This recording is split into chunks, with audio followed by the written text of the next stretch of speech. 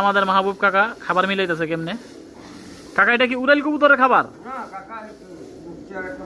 Mixture এমনি বসায় যেটি রাখছেন ওটিতে দাম দিবেন? এটা এনে কয় কেজি আছে? 50 কেজি 50 কেজি। আচ্ছা, আপনি আপনার মতো করে মিক্স করছেন এটি না? আপনি আপনার মতো করে। এই খাবার কিন্তু আর কি দোকানে কোনো বস্তায় বিক্রি করে না, এটা মাহবুব কাকার নিজের রেসিপি। দেখেন রেসিপিটা বানাইছে কবুতরের জন্য।